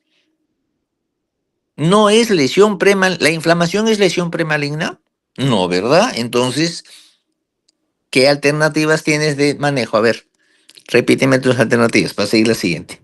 A, citología en base líquida, B, conofrío, C, No, crioterapia, D, tampoco, conolip y E, tampoco, cauterización amplia del cervix. tampoco.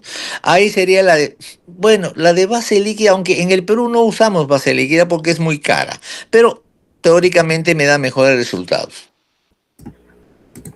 Yo le haría eso, pero después no le veo ni la crío ni el cono. No hay razón de hacerle nada de eso, porque es una inflamación. Si tuviera que marcar a una, me caería ni siquiera el PAP bueno, me quedaría con el PAP en base líquida, que sería la única. Después no le veo razón de nada más, porque no tiene lesión la paciente para hacer manejo quirúrgico. ¿Ya? Sigamos. Sí, doctor. La 20 dice prueba de detección de BPH TPH.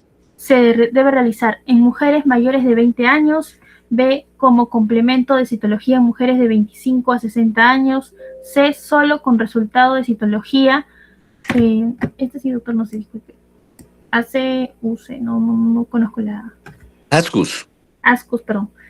D en mujeres histerectomizadas por miomatosis con PAP negativo y la E en mujeres mayores de 65 años sin displasias previas. ¿Qué dice la norma? La letra B. ¿Qué dice la letra B? Repite.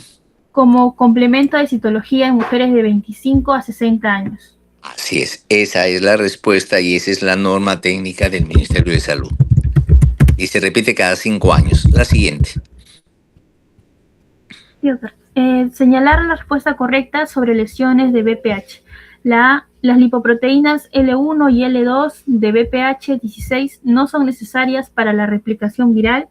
B. El Conolip está indicado siempre en pacientes con NIC. C. El proceso de integración del genoma de BPH se ha correlacionado con la transición de lesiones de bajo grado, de alto grado, y de pacientes de 67 años con NIC3 ya tratado no debe hacerse screening.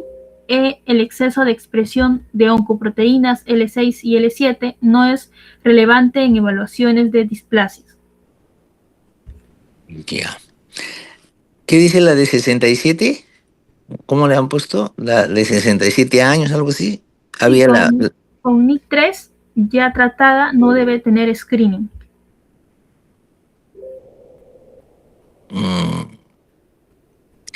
Ya. O sea, la norma establece que todo acaba ¿a qué hora? A los 65 años. Tiene 67. Llegó tarde la paciente. Ya. ¿Y te dicen marque lo verdadero? Sí, doctor. Ya. ¿Y qué le ustedes ahí? L1, L1 no tiene nada que ver ahí. La P24 no tiene que ver con cada antigénico, ya. Para mí sería ese. ¿Qué le marcan ustedes? ¿Qué le han puesto?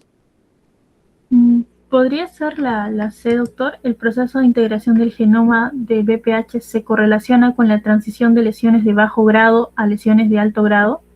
Sí, eso es la fisiopatología del BPH, ¿no? O sea, la lesión va de NIC1 a NIC2 a NIC3 y es justamente porque el BPH se ha metido en la célula. Creo que eso quedaría más que la otra. Está bien. Si es, aguanta. Es sobre lesiones del BPH, ¿no? La premisa es en lesiones del BPH, ¿verdad? Sí, doctor. Es BPH, entra ahí. La progresión me indica que hay infección por BPH. Está bien, esa es. Okay.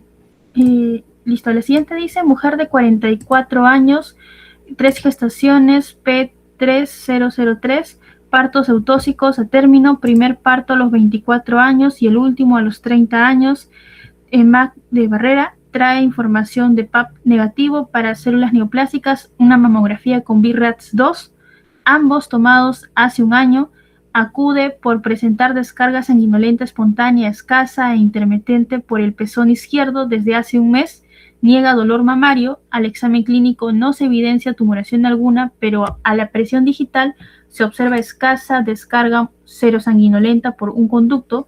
¿Cuál de los siguientes es el diagnóstico más probable para este caso? A, galactoeforitis, B, carcinoma intraductal, C, papiloma intraductal. Esa es la respuesta. La D era los cambios fibroquísticos y la E, ectasia ductal. No, ese es un papiloma intraductal. La más frecuente. Para pensar en ¿y por qué te digo papiloma? Porque te está diciendo, hace un año le tomaron un BRAF2. ¿Qué cosa es BRAF2? Todo benigno. Y en un año el cáncer no avanza. Por eso que es un papiloma intraductal. Ahora, el problema es que clínicamente en la secreción sanguinolenta, eso sí es un cáncer ductal, pero la serosanguinolenta es papiloma intraductal. Siguiente. ¿Qué otra? Del caso anterior, ¿cuál es el procedimiento inmediato que usted indicaría?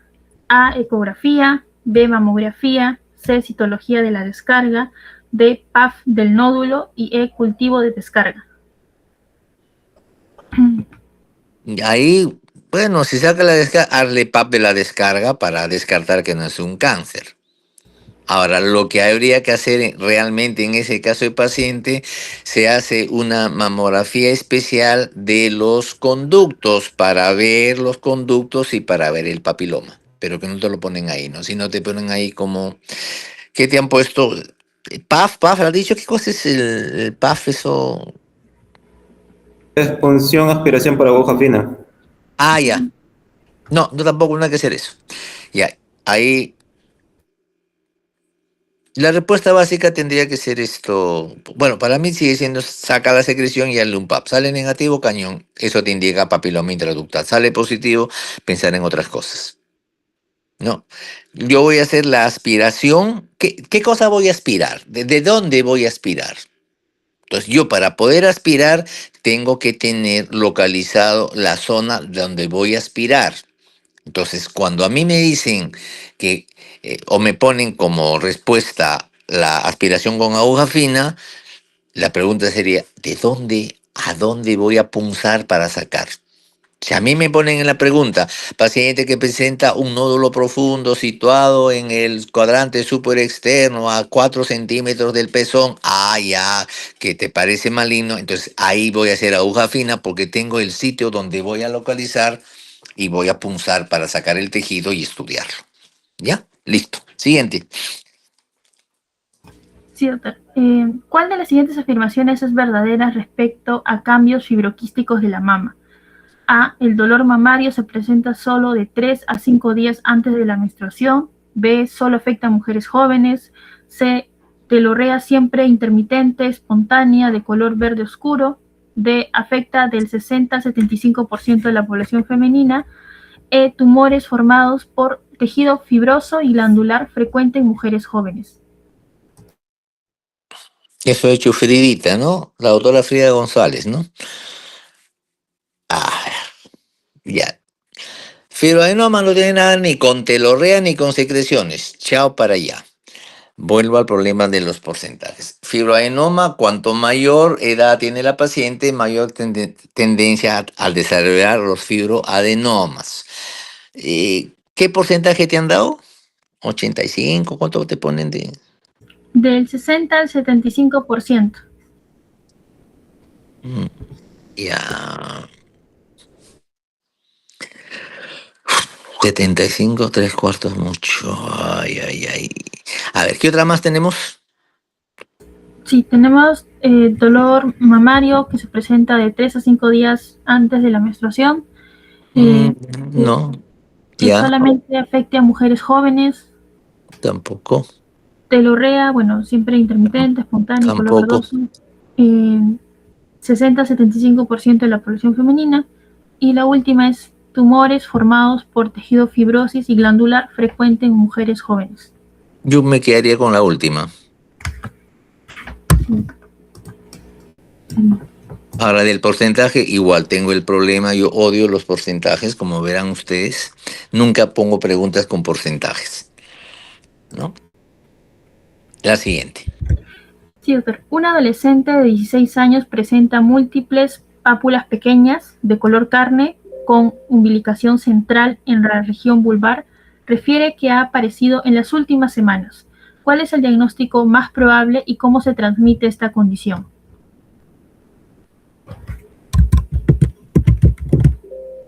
¿Cómo se llaman las lesiones umbilicadas que se presentan ahí, producida por el POP virus?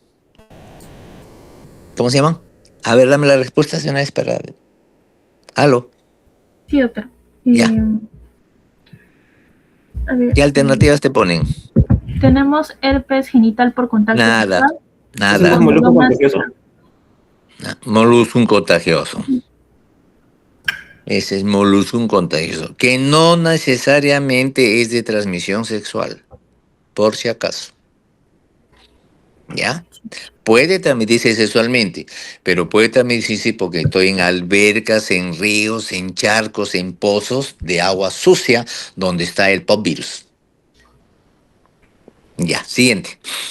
Y doctor, mujer de 28 años acude a la consulta quejándose por prurito vulvar intenso de varios meses de evolución. En el examen físico se observa lesiones blanquecinas y delgadas en los labios menores. ¿Cuál es el diagnóstico probable? A. Candidiasis vulvar. B. Líquen plano. C. Líquen escleroso. D. Dermatitis de contacto. Y E. Vitiligo. Ese es un líquen, porque tiene años. O sea, normalmente si fuera prurito de poco tiempo, pensaría en candidiasis. Pero tiene prurito de bastante tiempo y está perdiendo coloración ¿cómo se llama? La piel. Entonces tenemos lesiones de líquen. Generalmente más el líquen plano que el líquen escleroso. Líquen plano sería. Ya. Es generalmente. Ya, ¿Cómo diga. lo diferenciamos el plano del escleroso? Ese es un problema porque tendríamos que ver en el líquen plano, cuando las lesiones se ven como si fueran atrofia de piel, delgaditas, planitas. En el escleroso es más grueso, más fibroso. Entonces, básicamente es. Ahora, el diagnóstico final lo da la patología. Pero normalmente yo agarro, por ejemplo, el labio menor está cambiado de color, como líquido, entonces lo agarro y lo topo y siento como que esté ligeramente un poquito más atrofiado, es planito. Ese es un líquen plano. Si lo agarro, siento como cordoncitos un poquito. Ese es un líquen escleroso. Pero al final, anatomía patológica me da el diagnóstico. Por eso hay que se hace un punch, se saca una biopsita redondita y eso se manda a patología. Sigamos. Doctor, ¿cuál de las siguientes afirmaciones sobre la papilomatosis vestibular vulvar es correcta? A. Siempre requiere cauterización con ácido tricloracético. B. Es una variante normal que puede confundirse con condilomas. C. Siempre causa dispareunia severa. D. Es causada por el virus del herpes simple. Y E. Solo se trata con antibióticos sistémicos. Nada, letra B. Es una variante. La siguiente menciona conjuntivitis en el recién nacido. Aparece generalmente A después de la primera semana de nacimiento y se manifiesta por congestión, eritema conjuntival, edema y secreción purulenta. B inmediatamente al nacimiento y se manifiesta por congestión, eritema conjuntival, edema y secreción purulenta. C antes del nacimiento y se manifiesta por congestión, eritema conjuntival, edema y secreción purulenta. Este doctor sí no hemos visto todavía, este tema no hemos visto. Al momento de, C, antes del nacimiento y se manifiesta por congestión, eritema conjuntival, edema, secreción purulenta. D, al momento de clampar el cordón umbilical y se manifiesta por congestión, eritema conjuntival, edema y secreción purulenta. E, en cualquier momento al nacimiento y se manifiesta por congestión, eritema conjuntival y edema. En general, doctor, mejor porque no hemos visto este tema todavía, ¿cómo sería la conjuntivitis neonatal? Puede ser clamidial o puede ser gonocócica. ¿Dónde está la clamidia de gonococo? En cuello uterino, en canal del parto. Por lo tanto, ¿en qué momento se va a infectar el niño de la conjuntivitis clamidial o gonocócica? Durante el pasaje a través del canal del parto. Ahí se va a producir. Como dentro del útero, ¿cómo se va a producir clamidial? No. ¿Qué tiene que ver el anclaje del cuello? Del cordón? Nada. Entonces, ahí se produce. En el pasaje del canal de parto contaminado se va a producir la conjuntivitis. Se va a producir la infección que se va a manifestar con todo lo que ustedes le dicen. Pero el problema es durante el parto o pasando por el canal del parto. Ahí se produce la infección clamidial o gonocócica. Ya. Gracias. La 29 dice completar el manejo con las 4C consistente con lo siguiente. Bueno, eso sí me dijeron, ¿no? Es C de consejería, ¿no? C de cumplimiento, me parece. No, 29. No, consejería, cumplimiento, contacto y condones. Eso sería, ¿verdad, doctor? Sí, las 4C de planificación familiar, la doctora Lucy. Ya, sigue. Sí, doctor. Las Los 4C. condilomas acuminados son producidos por los subtipos y 6 el y 11. tratamiento es 6 y 11. El tratamiento sería... O ácido tricloracético. Ya no se usa podofilina, por si acaso. Si le han puesto podofilina, pónganle podofilina. ¿Qué le han puesto de alternativas? A ver. 6 y 11, aciclovir o ácido... No, no, aciclovir es podofilina. para herpes. Sí, ¿Y el es eso. ácido tricloracético? Sí. Sí, ese es. Ya. Siguiente, Siguiente. mujer de 46 años con sangrado uterino normal, la ecografía revela endometrio de 9 milímetros, se realiza una biopsia endometrial por AMEU que muestra hiperplasia simple sin atipia. ¿Cuáles son los siguientes que sería para el manejo más adecuado? ¿Qué edad tiene A. la paciente? ¿Qué edad Tiene tiene? 46 años. Ya, A. ya. Histerectomía total. No, B. Ablación endometrial. puede ser. D. C. Sigue. DIU con levogenostrel. D con tamoxifeno y E con embolización de las arterias uterinas. Nada, ahí sería la ablación como primera alternativa. Y la segunda alternativa es el DIU con levonorgestrel, porque el DIU con levonorgestrel va a darle efecto progestágeno y eso va a impedir el crecimiento y la hiperplasia. Ahora, ya siendo más específico, mi primera posibilidad sería el DIU con levonorgestrel. Si no estuviera eso, la otra alternativa sería darle progesterona por vía oral a la paciente, porque la progesterona lo que va a hacer es impedir crecimiento endometrial y mi paciente tiene una hiperplasia simple sin atipia y tiene 46 años. Si fuera una hiperplasia con atipia, sí entraríamos yo a la parte quirúrgica, o si tuviera mayor edad. La siguiente. Paciente mujer que presenta dolor pélvico intenso previo a la menstruación acompañado con cefalea, edema, náuseas, irritabilidad, depresión severa y aumento de volumen menstrual. A. Endometriosis. B. Tensión premenstrual. C. Adenomiosis. D. Miomatosis uterina. Y E. Síndrome disfórico menstrual. A mí me preocupa ahí porque eso, síndrome disfórico premenstrual y el problema de la tensión premenstrual me han puesto, ¿no? Sí, doctor. Ya, el problema es que tensión premenstrual y cíclico premenstrual son, digamos, diferentes grados de un mismo proceso. Cuando mi paciente solo tiene alteraciones eminentemente físicas, eso es una dismenorrea. Cuando mi paciente tiene alteraciones de la esfera física y de la esfera psicológica o psíquica, eso es un síndrome premenstrual. Entonces, si hace depresión, me está diciendo, esta paciente tiene un síndrome premenstrual. Y dentro del síndrome premenstrual, un poquito severo, el nombre que le dan el síndrome disfórico premenstrual. Yo me quedaría por la depresión que presenta la paciente como un síndrome disfórico premenstrual. Hay que darle a la paciente recaptadores de serotonina. La siguiente. Paciente mujer de 17 años presenta dolor menstrual persistente, no tiene relaciones sexuales, que no mejora con AINES. ¿Cuál sería la conducta a seguir? A. Hacer una ecografía transvaginal. B. Iniciar anticonceptivo oral combinado. C. Iniciar anticonceptivo solo progestágenos. D. Hacer resonancia magnética. Y E. Está indicado usar agonistas del GnRH. En este caso tenemos una dismenorrea y sigue siendo primaria porque no encontramos la causa. Si con AINES no me va bien, la segunda posibilidad es bloquear la ovulación. Y al bloquear la ovulación yo elimino la dismenorrea. Por eso le daría anticonceptivos orales combinados. La ecografía, primero, no me va a ayudar mucho porque es un problema eminentemente primario. Usar agonistas en una niña no es una indicación adecuada. No. Esa sería mi respuesta. Y el uso de anticonceptivos orales combinados. No. Ojo, que los AINES solamente son sintomáticos. ¿Qué es lo que me hace el AINES?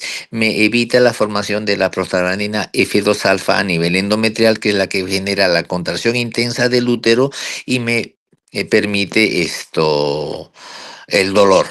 En cambio, cuando doy anticonceptivos orales combinados, estoy generando anovulación y las pacientes anovulatorias no hacen dismenorrea. Por esa razón se usa anticonceptivos orales combinados. La siguiente. Sí, doctor. 34. Solo la definición de infertilidad señale lo correcto. Incapacidad para concebir después de la 6 meses de relaciones sexuales regulares sin uso de anticonceptivo en menores de 35 años. B. 1 año de relaciones sexuales regulares sin uso de anticonceptivos. C. 18 meses de relaciones sexuales regulares sin uso de anticonceptivo. D. 2 años de relaciones sexuales sin uso de anticonceptivos. Y E. 5 años de relaciones sexuales regulares sin uso de anticonceptivos. 1 año. Es 1 año. La definición antigua hablaba de 2 años, ahora se habla de 1 año. 1 año. Y en el caso de mayores de 35 años son 6 meses. Pero en general es 1 año. Siguiente. De los siguientes factores de infertilidad, señale cuál es el más frecuente en las mujeres. A. Factor ovárico. B. Factor tubo peritoneal. C. Factor bulbo vaginal. D. Factor uterino. E. Factor tiroideo. En el Perú, el factor tubo ovárico es el principal. Si estuviéramos en Estados Unidos, el factor ovárico sería más importante, porque está en relación en cuanto la mujer piensa embarazarse. Europeas y americanas, y ahora también las peruanas, están empezando a pensar y a embarazarse por encima de los 30 años, 34 años. Eso hace de que su reserva ovárica disminuya y ahí sería el factor ovárico. Sin embargo, en Latinoamérica, como tenemos una alta tasa de procesos infecciosos vulvovaginales, la primera causa es infecciosa y a quien dañan es a la trompa. Por eso, para la población peruana, nos quedamos con los factores tubo peritoneales. Siguiente. Sí, doctor. Doctor, Mujer, dijo tubo peritoneal, ¿no, doctor? Sí, ahí. es la trompa, pues. Ya, o trompa peritoneal es para ti ya. Sigue. Tubo ovárico, escuché. Ya, mujer de 60 años con sangrado uterino normal postmenopáusico trae una ecografía transvaginal que muestra endometrio de 12 milímetros de grosor. ¿Cuál del siguiente examen que usted pediría? A, ecografía. Biopsia de endometrio. Biopsia. Biopsia, porque el endometrio en mujeres postmenopáusicas tiene que menos de 5, mide 12. Ese es un endometrio crecido. No sé si es hiperplasia, no sé si es cáncer. ¿Qué es lo que hago? Le hago un ameubiopsiquio para ver qué tipo de lesión tiene y de acuerdo a eso hago el manejo. Siguiente. Sí, doctor. Mujer de 45 años con miomas uterinos de 10 centímetros, sintomático, anemia secundaria y deseo de conservar su útero. ¿Cuál es la mejor opción terapéutica inicial? A, histerectomía subtotal. B, AINES y anticonceptivos hormonales. C, embolización de arterias uterinas. D, análogos de la GnRH por 15 días previo a la cirugía. Y E, miomectomía vía histeroscópica. Ahí sí me la pones difícil, porque si hago cirugía histeroscópica, se supone que esos son miomas que están ubicados submucosos. No tengo la localización. Sería la B, doctor. No, por eso estamos descartando. La B, ¿qué cosa es? No me AINES acuerdo. y anticonceptivos hormonales. El Porque AINES, aguanta, la paciente tiene dos, o sea, ojo, tiene miomas sintomáticos y anemia, o sea, quiere decir que esa paciente tiene sus miomas que le generan sangrado, por eso está con anemia. Si le doy AINES, me va a calmar el dolor, entre comillas. ¿Y los anticonceptivos para qué? para, Irregular el ciclo. para bloquear el ciclo menstrual y evitar sangrado. Ya. ¿La paciente quiere tener hijos o no quiere tener hijos? Dice que quiere conservar su útero. No, A ver, repíteme la pregunta porque depende de la pregunta sale la respuesta. Mujer de Mujer, 45 ya. años con miomas ¿Cuántos uterinos. años? 45 años. A su madre, ya. Con miomas uterinos de 10 centímetros, sintomáticos, anemia, con anemia secundaria y deseo de conservar su útero. Miomectomía, pues. Miomectomía. Al hacer la miomectomía saco los miomas, número 1, número 2, disminuye el dolor, número 3, evito el sangrado y tiene su útero para que si es que quiere embarazarse, se embarace. Si lo consigue o no lo consigue, y es otra cosa. Pero ojo, quiero que entendamos, ¿no? O sea, ¿cuándo manejo un mioma? Cuando me da molestias. Si tengo un mioma que da molestias, déjalo ahí. Pero si me molesta, esta paciente le molesta, 1, por el dolor, 2, por el sangrado, y 3, es una causa de su, entre comillas, infertilidad. ¿Qué tengo que hacer? Corregir. Como quiere tener hijos, tengo que hacer cirugía conservadora, que le hago miomectomía. Ahora, muchos dicen, no, pero la histeroscopía es mejor. Sí, pero la histeroscopía es mejor solamente para miomas que sean submucosos. Y esa información yo no la tengo. Segundo, si es un mioma de 10 centímetros, difícilmente va a ser un mioma que sea submucoso. Entonces, por todo eso, yo me voy de frente a lo más práctico. ¿Te molesta? Te saco la molestia, fin del asunto. Miomectomía selectiva, que es lo que hay que hacer con esta paciente. Nada más. Siguiente. En una evaluación ginecológica de una mujer en edad reproductiva se encuentra una masa anexa izquierda móvil, lisa y asintomática. El diagnóstico presuntivo más adecuado es A. Quiste seroso, B. Quiste dermoide, C. Hidrosalpinx, D. Quiste mucinoso y la E. Endometrioma. Ya. Para que sea endometrioma, la paciente tiene que tener antecedentes de dismenorrea, dispareunia. No me hablan nada de eso. Es un quiste común y corriente. ¿Cuál es el quiste más común? Los quistes serosos. Quiste epitelial seroso. Este es un quiste seroso. Punto. No hay más. Siguiente. Sí, doctor. Teresa es una adolescente que ha iniciado relaciones sexuales, pero que desea evitar un embarazo y protegerse de las infecciones de transmisión sexual, VIH-Sida. ¿Qué método sería el más indicado en este caso? A. DIU de cobre 380, B. Inyectables de solo progestágenos, C. Píldora de hormonas combinadas, D. Implante y E. Condón. ¿Cuál le damos? Condón. Porque el único que tiene doble protección es el condón. Me protege de una gestación y de una ITS. Los demás son excelentes anticonceptivos, pero no me dan protección contra ITS. Aquí el condón, que puede ser masculino o femenino, es el único que me da doble protección. Siguiente. La última es, Juana ha tenido un parto normal, va a dar de lactar y desea usar un método anticonceptivo. ¿Cuál estaría contraindicado? A. Implante, B. Inyectable de solo progestágeno, C. DIU de cobre, D. Mela y E. Píldoras combinadas. ¿Qué no le debemos dar a una puérpera que tiene alto riesgo de trombosis?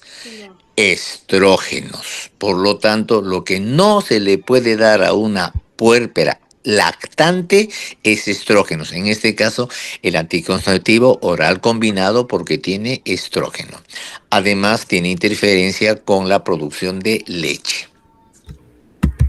Listo, terminamos. Sí, doctor.